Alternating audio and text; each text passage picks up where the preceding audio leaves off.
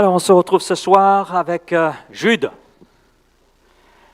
C'est notre 4e session sur cette courte lettre. Et on veut lire ce soir les versets 5 à 7. Le grand thème, c'est préserver la vérité. Je crois que c'est ce qui est au centre même de cette lettre. Et le sous-titre pour ce soir, c'est « Souvenez-vous du jugement ». Donc les versets 5 à 7. « Je veux vous rappeler, dit Jude, à vous qui savez fort bien toutes ces choses, que le Seigneur, après avoir sauvé le peuple et l'avoir tiré du pays d'Égypte, fit ensuite périr les incrédules, qu'il a réservés pour le jugement du grand jour, enchaînés éternellement par les ténèbres, les anges qui n'ont pas gardé leur dignité, mais qui ont abandonné leur propre demeure. Que Sodome et Gomorrhe et les villes voisines, qui se livrèrent comme eux à l'impudicité et à des vices contre nature, sont donnés en exemple, subissant la peine du feu éternel. » Alors, il y a dans la Bible des messages qui réjouissent, voilà, qui sont réjouissants, des messages que nous aimons d'ailleurs entendre. Des messages d'encouragement, des messages de réconfort, des messages d'espérance. Et puis, il y a des textes. Il y a des textes, comme ceux de ce soir, qui, quelque part, nous bousculent, peuvent nous choquer. Mais c'est des textes qui nous donnent des avertissements par rapport à ce qui est aujourd'hui. Des avertissements puissants. Et c'est ce que Jude se propose de faire.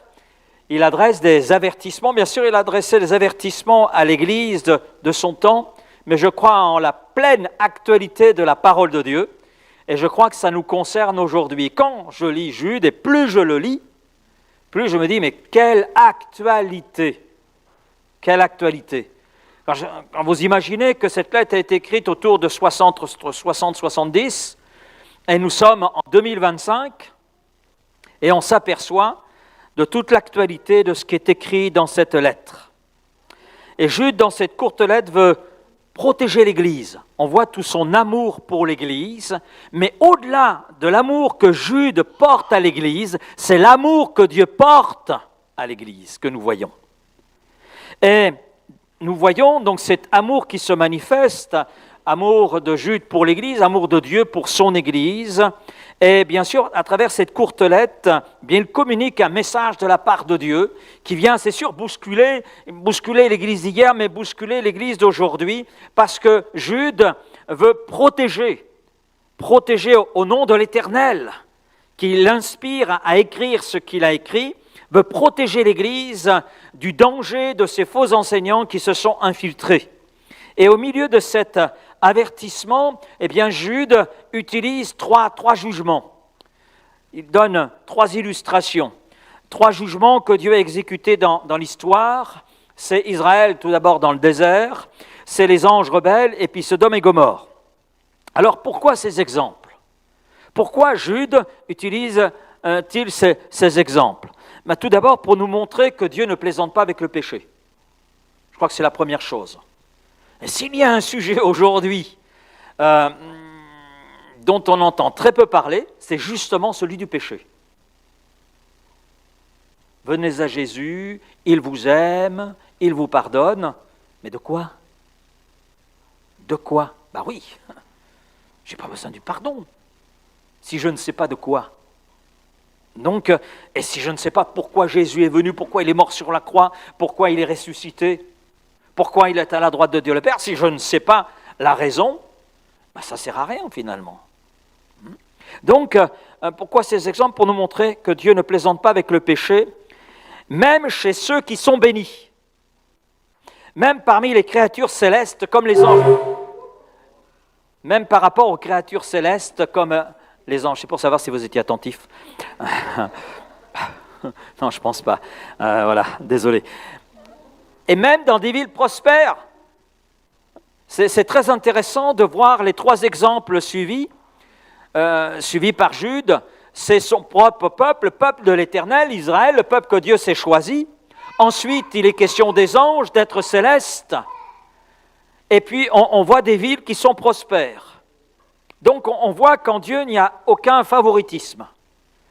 Et Jude nous invite aussi à nous souvenir de ces jugements. Il nous invite à nous remémorer les choses, non pas pour nous faire peur. Le but de sa lettre n'est pas de faire peur, mais simplement de nous appeler à la vigilance, de nous appeler à la sainteté, à la fidélité. Et puis les histoires du passé, les histoires relatées dans l'Ancien Testament nous enseignent. On voit à travers les épîtres de Paul, on voit même à travers la deuxième épître de Pierre, qui Pierre reprend les mêmes exemples que Jude. Il cite les mêmes exemples. On a finalement, entre Jude et la deuxième épître de Pierre, on a le message avertissement en stéréo. Comme quoi il y a de la part de Dieu une insistance qui est faite, et quand Dieu insiste, c'est que c'est vraiment sérieux. C'est vraiment sérieux. Et l'apôtre Paul utilise aussi, comme Jude, comme Pierre, les histoires du passé, utilise des événements significatifs du passé pour nous enseigner, pour nous avertir, mais aussi pour nous affermir dans la vérité et nous permettre de ne pas vivre sous le jugement de Dieu, mais de vivre dans cette pleine liberté qu'il y a en Jésus-Christ et de prendre conscience aussi de cette pleine liberté. Donc Jude veut nous rendre attentifs à une chose: les jugements du passé sont les garants des jugements à venir. C'est ça en fait. Alors regardons le premier témoignage qu'il utilise, première histoire du passé, c'est Israël. Verset 5. « Je veux vous rappeler à vous, qui savez fort bien toutes ces choses », là il s'adresse au peuple de Dieu, que le Seigneur, après avoir sauvé le peuple et l'avoir tiré du pays d'Égypte, le fit périr les incrédules. Donc Jude fait référence à Nombre 13 et 14, à ces deux chapitres, où Israël refuse d'entrer en Canaan. Et cela après le rapport des espions qui ont été envoyés par Moïse pour explorer le pays de Canaan, le pays où coule le lait et le miel, le pays promis. C'est une promesse de l'Éternel, je vous donne ce territoire.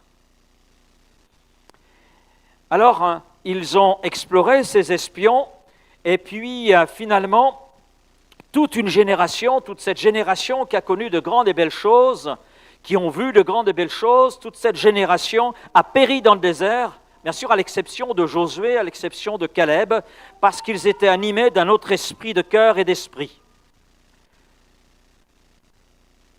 Parce que devant la majorité des espions, devant le constat négatif que ces espions ont pu faire, eh bien le peuple a été plongé dans l'incrédulité et demeuré dans l'incrédulité.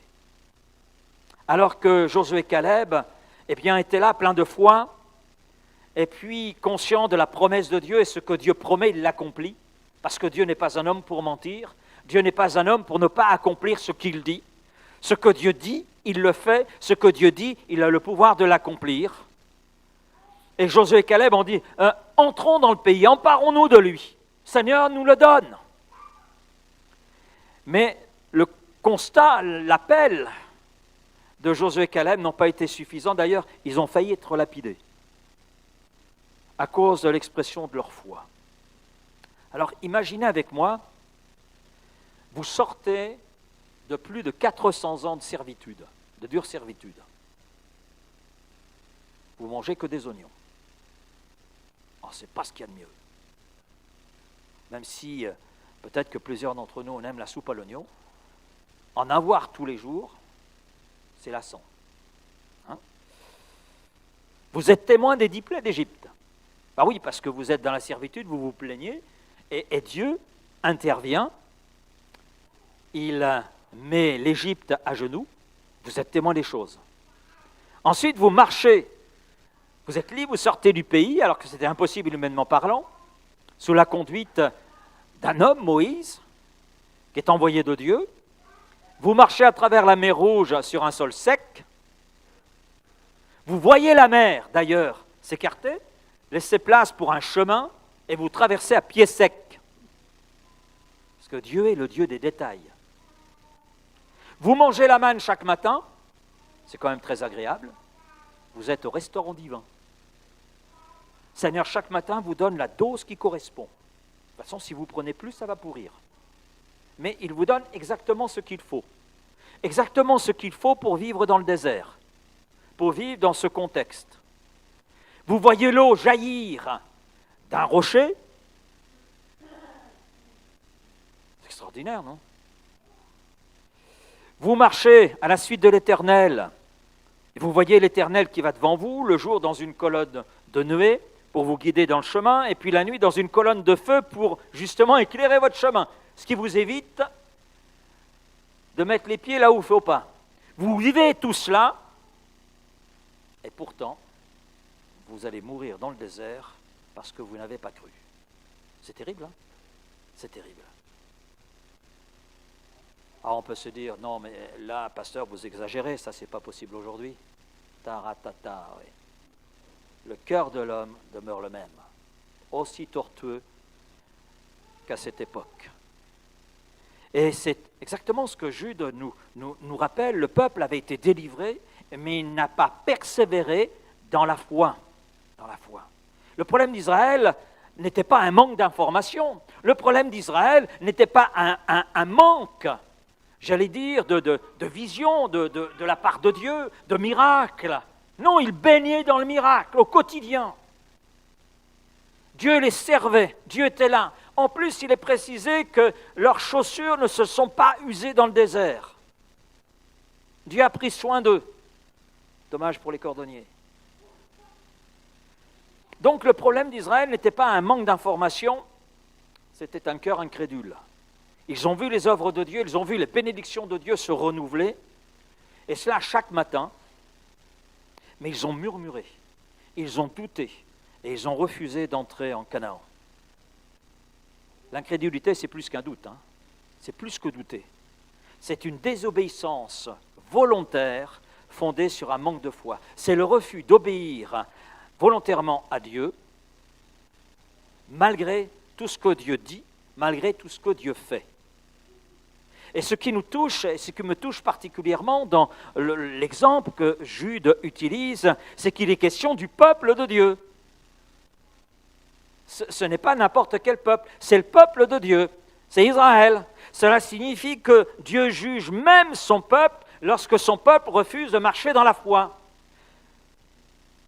Et je dirais que Paul utilise la même image d'ailleurs que Jude, quand on lit l'épître aux Corinthiens.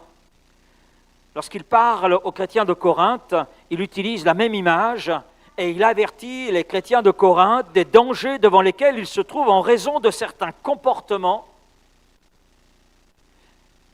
qu'ils acceptent au milieu d'eux, mais qui sont contraires à la volonté de Dieu. Et ils le font consciemment.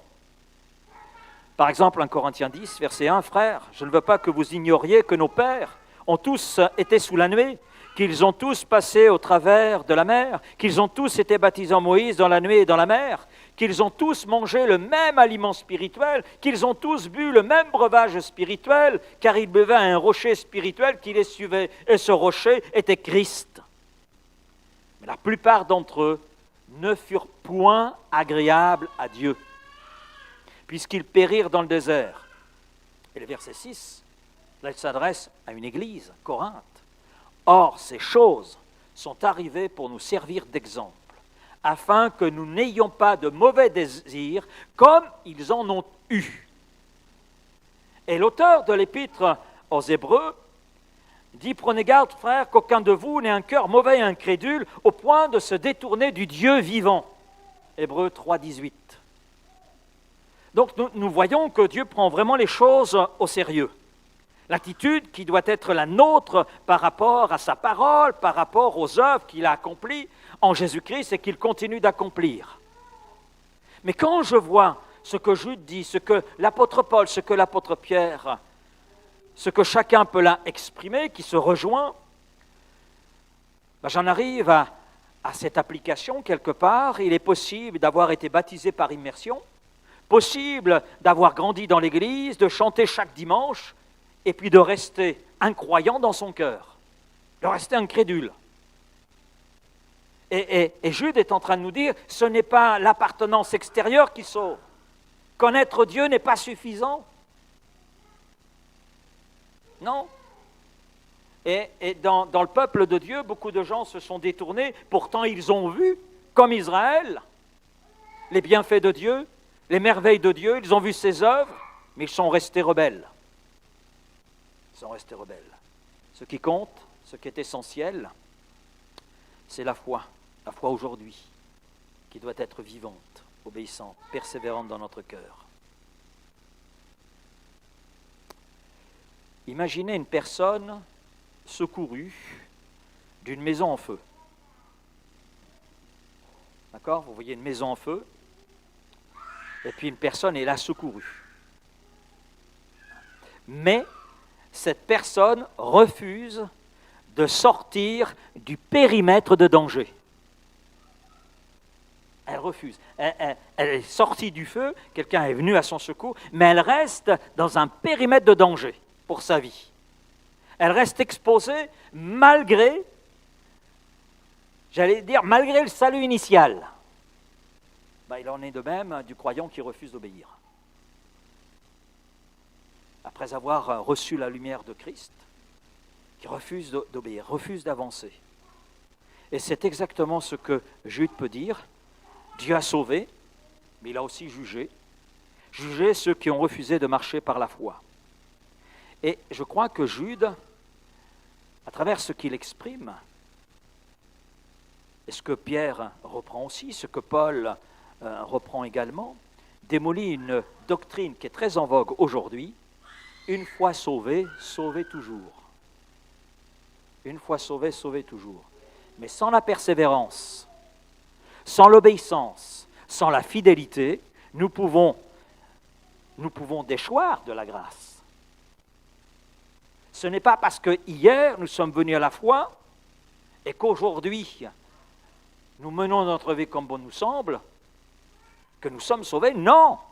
Et Jésus l'exprime très clairement, Matthieu 24, et parce que l'iniquité se sera accrue, c'est ce qu'on voit aujourd'hui, la charité du plus grand nombre se refroidira. Mais celui qui persévérera jusqu'à la fin, celui-là sera sauvé. Et puis Jésus insiste, Luc 21, verset 19, par votre persévérance, vous sauverez vos âmes. Notre persévérance en Christ, Jean 15, demeurez en moi, sans moi vous ne pouvez rien faire. Si vous n'êtes pas rattaché au cep, sarment que vous êtes, vous ne pouvez pas porter de fruits. Et si vous êtes détaché du cep, eh bien vous allez, en tant que sarment, sécher et mourir, et vous serez jeté au feu. Hébreux 10, verset 39, nous ne sommes pas de ceux qui se retirent pour se perdre. Amen. Voilà, je suis le seul à le dire. Je répète, Hébreux 10, 39. Nous ne sommes pas de ceux qui se retirent pour se perdre, mais de ceux qui ont la foi pour sauver leur âme. Amen. Ça, c'est le premier exemple que Jude nous donne. Il utilise un deuxième exemple, c'est celui des anges. Les questions de danger de la rébellion. C'est le verset 6. Alors, je vais le lire dans une version plus courante. Souvenez-vous également des anges qui, au lieu de conserver la souveraineté et la dignité qu'ils avaient reçue de Dieu, ont déserté leur demeure céleste. Dieu les garde au fond des ténèbres, liés par des chaînes perpétuelles pour le grand jour du jugement où ils seront condamnés. Dans notre traduction courante, il dit qu'il a réservé pour le jugement du grand jour, enchaînés éternellement par les ténèbres, les anges qui n'ont pas gardé leur dignité, mais qui ont abandonné leur propre demeure. Nous ne savons pas exactement à quel événement Jude fait référence. Peut-être qu'il est question d'une partie des anges qui ont suivi Satan dans sa révolte contre Dieu. C'est ce que semble exprimer Pierre dans sa deuxième épître, au chapitre 2, verset 4, puisqu'il reprend cet exemple. Ce que nous savons, c'est que cet événement était connu des auditeurs auxquels Jude s'adresse. Même si nous ne savons pas exactement à quel événement il fait référence, peu importe, c'était connu de ses auditeurs, et la réalité, elle est là. Donc Jude fait référence à des êtres célestes. Les anges sont des êtres célestes, supérieurs aux hommes. Et on imagine des êtres glorieux, des êtres puissants, des êtres proches de Dieu. Et pourtant, certains d'entre eux sont aujourd'hui enchaînés en attente du jugement final. Et pourquoi? Pourquoi? Parce qu'ils ont abandonné leur place, leur position. Ils ont voulu autre chose. Ils ont désobéi à Dieu, désobéi à leur Créateur, désobéi à l'ordre établi par Dieu. Et ils se sont rebellés contre Dieu, contre le Créateur. Le psaume 107, verset 10 dit « Ceux qui avaient pour demeure les ténèbres et l'ombre de la mort vivaient captifs dans la misère et dans les chaînes, parce qu'ils s'étaient révoltés contre les paroles de Dieu, parce qu'ils avaient méprisé le conseil du Très-Haut. » Voilà, Eden est d'accord avec moi. Les anges ont été créés avec une position d'honneur. Malheureusement, ils ont abandonné cette position d'honneur, volontairement, consciemment. Et là, il s'agit d'un péché d'orgueil, de transgression de l'autorité et de désir impur. Mais Dieu ne les a pas ignorés. Il ne les a pas simplement réprimandés, il les a enchaînés dans les ténèbres, dans l'attente du jugement final. Alors, qu'est-ce que Dieu veut là nous dire? Si Dieu n'a pas épargné les anges, comment penserait-on qu'il fermera les yeux sur notre propre rébellion? Aujourd'hui, on entend parfois, et c'est en partie vrai, on va le voir, Dieu est amour, on est d'accord, Dieu le dit dans l'épître de Jean. Il comprend mes luttes, amen. Il me pardonne, tout ça c'est vrai, c'est vrai. Mais ce même Dieu, il ne faut pas le perdre de vue, est saint, est saint, saint, saint, saint. Il y a un superlatif quand c'est répété comme cela, c'est pour montrer que Dieu est saint par-dessus tout. Voilà. Et Dieu attend de nous, en raison de sa sainteté, en raison de sa justice, en raison du fait qu'il nous aime, il attend de nous l'obéissance. Pas des compromis, pas des excuses, dans la mesure où nous avons tout pleinement Jésus-Christ et que le Saint-Esprit vient nous secourir dans nos faiblesses. Galates 5,16, je dis donc, marchez selon l'Esprit et vous n'accomplirez pas les désirs de la chair. Et je me suis posé la question, mais pourquoi, Jude, as-tu choisi le jugement des anges? C'est vrai ça, hein? Tu commences avec le peuple de Dieu, tu enchaînes avec les êtres célestes. C'est pour nous dire que personne est au-dessus du jugement. Ni les anges, ni les pasteurs, ni les anciens, ni les membres d'Église que nous sommes. La rébellion contre l'ordre établi est quelque chose de grave au cœur de Dieu, surtout lorsque l'on connaît la vérité. Parce que s'il y en a qui connaissaient la vérité, c'est bien les anges. Ils baignaient dans la présence de Dieu, vous imaginez? Mais malgré tout, je trouve ça terrible. On peut baigner dans la présence de Dieu et malgré tout, on arrivait à manifester de la rébellion. Et Dieu juge le péché spirituel autant que le péché charnel. Et le péché commence souvent par un abandon progressif de sa position dans la foi. C'est ce que Jude dit. Ils ont abandonné la place qui était la leur. Abandonnant la place qui était la leur, ils ont abandonné la dignité qui était la leur, l'honneur qui était le leur. Et il y a toute une progression. Et ça nous parle. Ça nous parle. Quand on commence, j'ai entendu, on a bientôt 40 ans de ministère, vous savez, en 40 ans de ministère, on entend des choses. Non, je n'ai pas abandonné Dieu, même si je ne vais plus à l'église. Mais l'église étant le corps que Dieu a voulu et constitué sur la base de son Fils. Si je m'éloigne du corps, je m'éloigne forcément de la tête, qui est la tête, Christ. Donc je m'éloigne de ce qui est la source de ma foi. Donc j'abandonne quelque part le terrain de la foi. Et quand on abandonne comme cela, après on cesse de lire sa Bible, on cesse de l'écouter, etc. Et puis c'est tout un engrenage. Imaginez un juge humain. Imaginez qu'ici il y a un tribunal. Et ce tribunal, dirigé par un juge, a devant lui un policier corrompu. D'accord ? Un policier corrompu. Et puis le juge dit, malgré les faits, vous êtes libre. Vous êtes libre.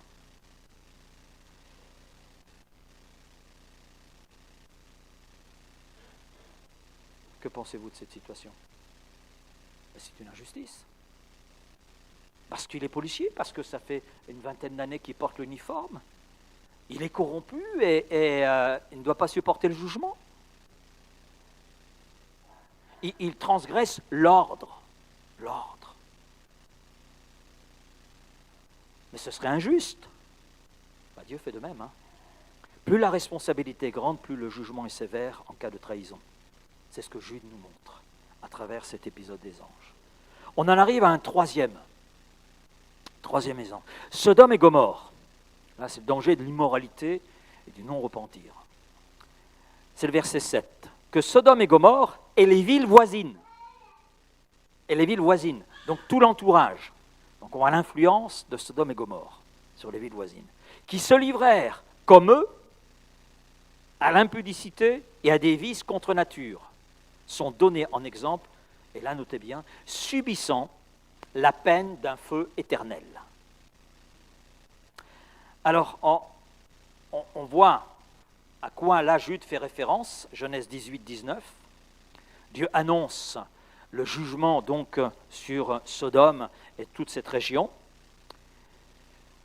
Et on a le portrait, gens de cette région, en Genèse 13, verset 13. Les gens de Sodome étaient méchants et de grands pécheurs contre l'Éternel.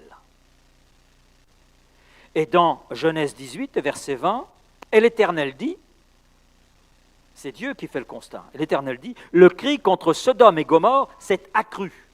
Donc par rapport au chapitre 13, dans le chapitre 18, on voit que Sodome et Gomorrhe et les villes voisines ont atteint un tel degré dans le péché que Dieu ne peut qu'intervenir. Et l'Éternel dit, le cri contre Sodome et Gomorrhe s'est accru et leur péché est énorme. Énorme. Alors qu'est-ce qui se passait à Sodome et Gomorrhe ? Eh bien, les habitants de Sodome et Gomorrhe se distinguaient par leur perversion, j'allais dire en tout genre. On le voit dans la tentative de viol des envoyés célestes pour avertir Lot et sa famille. Ils désirent avoir des relations sexuelles contre nature avec ces envoyés. Et ils sont là avec un esprit militant et violent. Et Sodome et Gomorrhe, je dirais, ça constitue un abrégé des pires perversions, corruptions et condensées de méchanceté, de violence. Et ce qui est terrible, c'est que les villes voisines partageaient cela. Sodome et Gomorrhe et les villes voisines. Et Dieu ne pouvait pas rester sans rien faire devant le degré de perversion qui existait. C'est pourquoi il a détruit ces villes, donc par le feu. Un jugement immédiat, un jugement visible. Alors bien sûr, le jugement n'est pas venu comme ça. Il y a toujours des avertissements de la part de Dieu avant le jugement. Mais les habitants de Sodome et Gomorrhe n'avaient que faire. Les avertissements de Dieu n'avaient que faire de Dieu. On a une illustration avec les gendres de Lot. Quand Lot avertit ses gendres du jugement de Dieu, ils prirent les choses pensant que c'était une plaisanterie. Mais Dieu ne plaisante pas. Hein. Dieu sait avoir de l'humour, mais il ne plaisante pas. Et on voit, les gendres sont des gens de Sodome et Gomorrhe. Ils illustrent la mentalité qu'il y avait et le rejet de Dieu qu'il y avait. Et Jude dit que leur punition est un exemple du feu éternel, donc de l'enfer. Sodome n'était pas seulement un lieu où le péché avait atteint un point de non-retour, parce qu'à un moment donné, on est tellement plongé dans le péché, tellement embourbé, eh bien qu'on coule. Mais c'était une ville où le péché sexuel était institutionnalisé, revendiqué, et revendiqué avec une certaine violence. Et Sodome, notons bien, Sodome avait gommé les différences des genres. Des genres. Sodome avait instauré un désordre moral tel que les habitants ne faisaient même plus la différence entre les genres masculin, féminin, divin, humain. Et nous le voyons dans le comportement de ces habitants qui veulent agresser sexuellement les envoyés de Dieu vers Lot. Mais Dieu met fin à cela. Parce que l'immoralité sexuelle est un symptôme d'un rejet plus profond de Dieu. C'est pour cela que le feu de Dieu tomba. Et Jude va plus loin en disant que ce n'est pas simplement une histoire ancienne. Il dit que Sodome est un exemple du feu éternel, une image de l'enfer. Quand on regarde un petit peu les choses aujourd'hui, on se dit, mais ne sommes-nous pas arrivés à ce point-là? Ne sommes-nous pas en train de ressembler, notre société n'est-elle pas en train de ressembler à cette période où on gomme les genres, où on est là dans toutes sortes de déviances sexuelles? Mais quand on regarde les choses, le jugement a été brutal, immédiat, mais aussi total. Et le péché sexuel est pris au sérieux par Dieu. Il détruit les individus, les familles, les sociétés. Et on le voit aujourd'hui. Notre société a emprunté le chemin de Sodome et Gomorrhe. Et j'irai plus loin en disant, mais c'est ce qui est enseigné à nos enfants, à nos petits-enfants. Il y a aujourd'hui une normalisation du vice, alors que Dieu ne change pas. Nous vivons aujourd'hui dans une époque qui normalise ce que Dieu condamne. La sexualité est redéfinie, glorifiée, détournée. Mais Dieu ne change pas. S'il y en a un qui ne change pas, c'est Dieu. L'homme bouleverse l'ordre établi par Dieu, mais c'est toujours avec des conséquences. On le voit au niveau de Sodome et Gomorrhe, entre autres. La grâce agit lorsque le péché abonde, mais la grâce n'est efficace que dans la mesure où il y a la repentance. Dans la mesure où il y a la repentance, dans la mesure où il y a l'abandon du péché. Et cet exemple donné par Jude est quelque part un appel. C'est un appel pour nous, croyants, à dire, mais Dieu ne change pas. Notre société peut changer l'ordre établi par Dieu, peut vouloir changer les choses, nous demander de nous adapter. On n'a pas à s'adapter. Le message de l'Évangile reste ce qu'il était hier.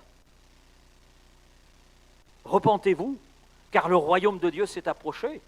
Repentez-vous, abandonnez le péché, afin que la grâce de Dieu manifestée en Jésus-Christ soit votre partage. Ça, c'est un message immuable. Immuable. Et là, Jude est en train de nous dire ce que Dieu a voulu de toute éternité ne change pas, parce que Dieu ne change pas. Et que son message n'est pas adaptable, n'est pas transformable. Et pour le croyant, c'est un appel à la pureté, à la maîtrise de soi et à la sanctification. Alors bien sûr, ce message que Jude nous adresse à travers l'exemple de Sodome et Gomorrhe, il ne s'agit pas d'une condamnation haineuse, mais d'un appel, je crois, à la vigilance, mais aussi à la prière. À la prière. Pour cette société qui s'embourbe toujours plus dans le péché. Oui. Notre monde est un petit peu similaire à cette ville qui a été construite au pied d'un volcan. Les habitants voient la fumée, entendent les grondonnements, mais ils continuent de faire la fête. Ben oui, ils continuent de faire la fête parce qu'il n'y a jamais eu d'éruption. Donc on est en sécurité, il n'y a jamais eu d'éruption ici. Pourtant, il y a l'avertissement. Et puis soudain, le volcan explose. Et la ville disparaît sous les cendres. C'est Sodome, c'est notre génération. Et c'est le même Dieu qui parle encore aujourd'hui. Et encore aujourd'hui, beaucoup dansent. Beaucoup dansent sans le savoir dans les flammes de leur propre rébellion, croyant qu'il n'y aura pas de conséquences, mais ils se trompent parce que Dieu est amour, mais Dieu dans son amour est juste et saint. Et il ne peut pas tolérer le péché, sous quelque forme que ce soit. Et d'ailleurs, on le voit parce qu'il a fallu la mort de Jésus. La mort de Jésus nous montre que le péché est inacceptable pour Dieu. Le cœur de Dieu ne peut pas accepter. Et il fallait ce sacrifice saint et parfait que Jésus-Christ a accompli. Finalement, ces 3 avertissements, 3 jugements, constituent une seule vérité. Une seule vérité. Jude n'est pas là pour nous donner ces histoires, reprendre ces jugements du passé pour nous choquer. Ce n'est pas son but. Son but n'était pas de choquer les croyants de son époque, mais d'avertir, de réveiller les croyants. De réveiller les croyants. De pousser à rester fidèles, à rester vigilants et à demeurer dans la sainteté. Et à rechercher la sainteté. Oui, Israël, son péché, c'est l'incrédulité, la rébellion. Le jugement, c'est la mort dans le désert. La leçon, le salut sans la persévérance ne suffit pas. Les anges, leur péché, la rébellion, l'orgueil, ils sont là enchaînés pour le jugement final. La leçon, c'est même ceux qui sont élevés peuvent tomber, on n'est pas à l'abri. C'est pour cela que nous avons besoin de nous attacher à Christ, de demeurer dans sa parole. Sodome, Gomorrhe et les villes voisines, c'est l'immoralité, la perversion sexuelle. Et là, c'est le feu éternel. Dieu juge la société qui rejette son ordre moral. Et je conclurai en disant ceci, Dieu va encore sauver aujourd'hui. Amen. Dieu veut encore purifier aujourd'hui. Alléluia. Dieu veut restaurer encore aujourd'hui. Nous qui appartenons au Seigneur, ne méprisons pas sa patience. Et pour ceux qui ne connaissent pas Christ, je crois que Jude, finalement, à travers ses jugements, les invite à venir à la croix. À venir à la croix. Ceux qui vivent dans le compromis sont invités à revenir à Dieu, à laisser les compromis au pied de Christ. Et puis à nous qui constituons l'Église de Jésus-Christ, eh bien, nous sommes invités à marcher dans la crainte du Seigneur, à marcher dans la vérité et la sainteté. Et là, je dis Amen. Aujourd'hui, si vous entendez sa voix, n'endurcissez pas votre cœur. Nous ne voulons pas être de ceux qui endurcissent leur cœur, mais nous voulons être de ceux qui retiennent la vérité dans leur cœur, qui préservent la vérité. Amen. On pourrait prendre, il nous reste quelques minutes, on pourrait prendre quelques minutes pour prier, remettre nos vies peut-être ce soir, et puis prier pour notre société, prier pour ceux qui nous gouvernent, prendre un temps pour cela. C'est vrai que devant le Seigneur, on présente et on prend du temps pour cela, pour nos besoins, les besoins de frères et sœurs, et on a raison de le faire. Prier les uns pour les autres, porter les fardeaux les uns des autres. Donc, c'est vrai, c'est notre devoir, mais nous voulons aussi prendre du temps, peut-être un temps particulier ce soir, pour prier pour notre société. Père, je ne te prie pas de les ôter de ce monde, mais de les préserver de ce monde. Et je crois que Dieu veut nous préserver de Sodome et Gomorrhe et des villes voisines, de ce qui agit aujourd'hui dans notre monde. Et on sait qui est derrière, on sait qui agit. Mais nous connaissons la vérité. Et la vérité nous a affranchis, nous a rendus libres. Et nous avons donc cette liberté. Et nous avons ce pouvoir ce soir de pouvoir prier devant celui qui peut tout. Et qui est encore capable de réveiller des consciences, réveiller des cœurs autour de nous. Peut-être des membres de notre famille, des enfants, petits-enfants, peut-être des voisins, des voisines, des gens de notre quartier, des gens dans cette ville, des gens qui, dans cette ville, autour, ont déjà entendu l'Évangile, ont même confessé leur foi tout un temps, mais ont abandonné. Et je pense qu'ils sont nombreux, et trop nombreux.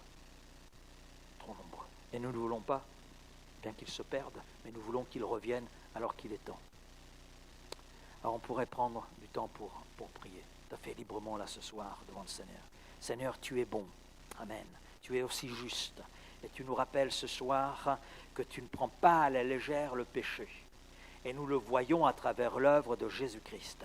Et tu veux réveiller nos cœurs, c'est vrai, prendre conscience de toute cette réalité, déjà pour nous-mêmes, parce qu'on peut avec le temps, quelque part, s'endormir et accepter des choses que toi, tu n'acceptes pas. Donc, Seigneur, on veut être là, vigilant. Et je crois qu'à travers le message de Jude, tu veux là nous stimuler, tu veux là nous réveiller, tu veux là, quelque part, nous avertir. Attention, ne vous endormez pas, et on sait que c'est les problèmes qui se posent pour tout croyant. On le voit dans les lettres que tu adresses aux églises d'Asie mineure. Ce que j'ai contre toi, c'est que tu as abandonné ton premier amour. Et cette église d'Éphèse n'a pas réalisé l'abandon progressif qui s'est là produit.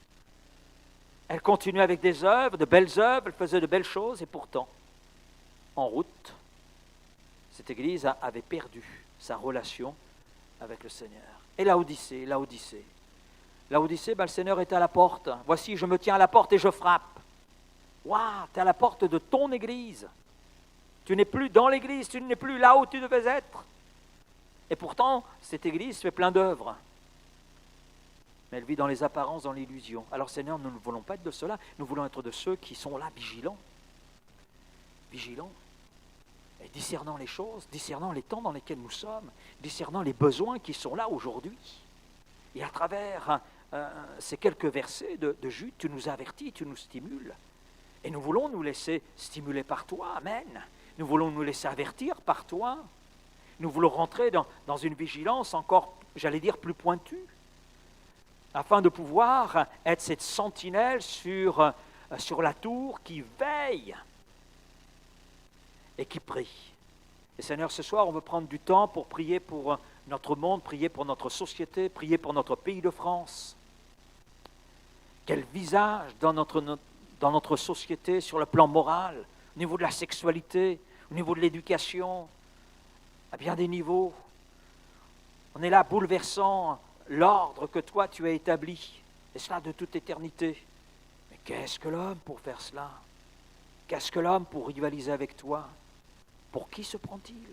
Père, nous te prions de toucher le cœur de tous ceux qui sont les décideurs dans notre pays, que ce soit les hommes politiques, que ce soit les grands industriels, Seigneur, que ce soit les scientifiques, tous ces décideurs sur le plan économique, sur le plan même spirituel, sur le plan politique, sur le plan également médical. Je te prie de toucher ces cœurs qui ont besoin de te rencontrer, besoin d'une rencontre personnelle avec toi.